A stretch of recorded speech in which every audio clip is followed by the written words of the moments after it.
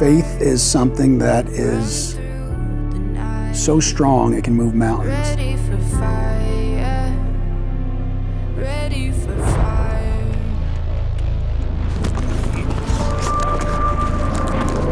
Ready for fire.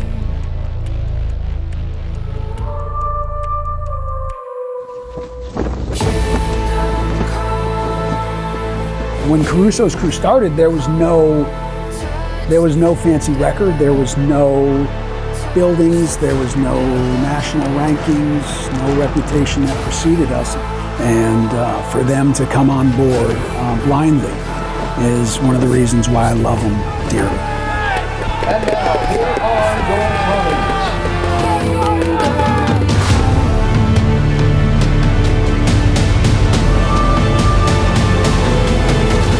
Kingdom come. Kingdom come.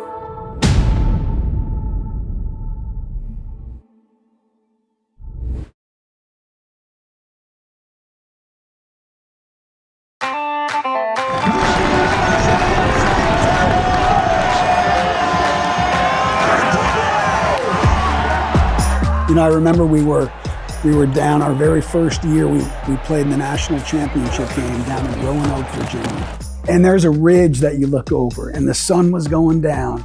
And over the ridge, unbeknownst to me, I saw these ridiculously large duct tape tools that start descending on the hill, and it was Caruso's Crew, and totally surprised us. And they came chanting into the stadium, and in a moment, you went from feeling out of sorts, uncomfortable, away from home, to just, I don't know, kind of like a mother's hug or a warm blanket. Just made you feel good.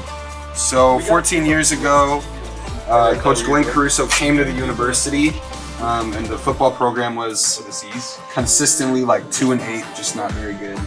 And the seminary guys came in and said, Coach, we're going to support you win or lose, no matter what. We're 100 plus college guys who love college football.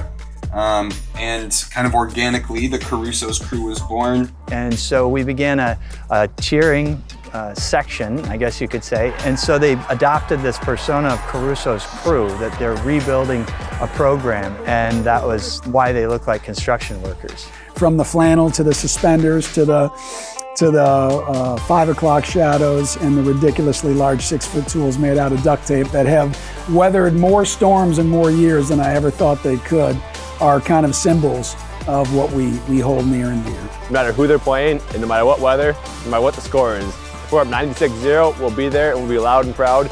And if it's 0-96 the other way, we'll still be there and loud and proud. Rain, snow, sleet, doesn't matter. We'll be there and we'll have it back.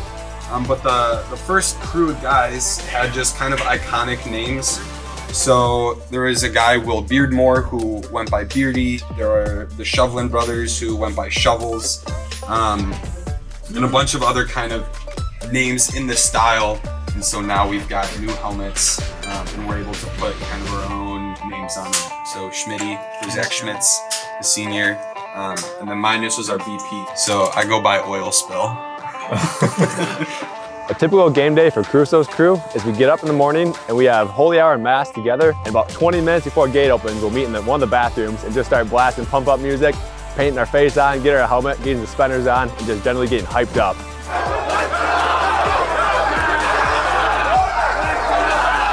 Then we'll grab our tools. As soon as the gates open, we walk in and we generally just get the stadium rocking. And when the game starts, we're bringing it the entire game.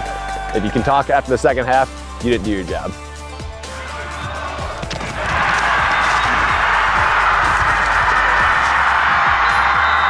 Whenever we score points, we celebrate by hoisting up a person from the crowd. The crew will gather around them and lift them up in the air in celebration for every single point. Unless we're up by like 90, then we have to go by 10. My favorite chant by far is the Olay chant, which we bring out every time we score.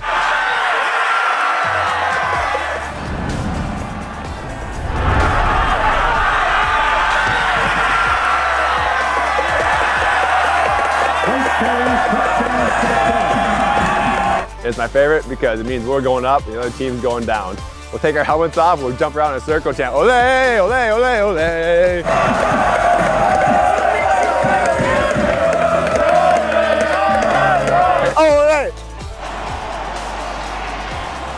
There are 3 tools that the crew uses. One of them is the hammer, which we do after big hits and sacks. You go, hammer, hammer. The wrench is also for defense, for turnovers. Intercepted by Joe Hurd. And then the saw we use for big plays on offense. When our running back cuts through the line like he's a saw going through wood.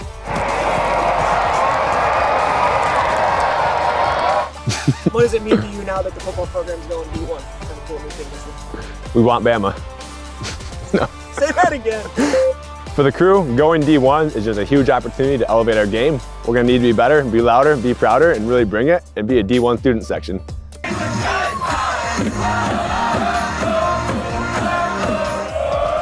Tackled by Hunter Mills. Father Kelly has been an instrumental part of our team for years before he was the rector.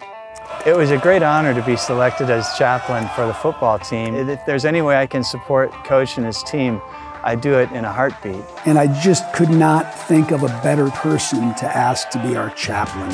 He's competitive as all get out now. I mean, he is one of those voices that I can hear behind me, and there's not a lot of them. There's the crew, and there's my wife. I'm conditioned to hear Rachel's voice up there near the press box, even though she's right not behind me.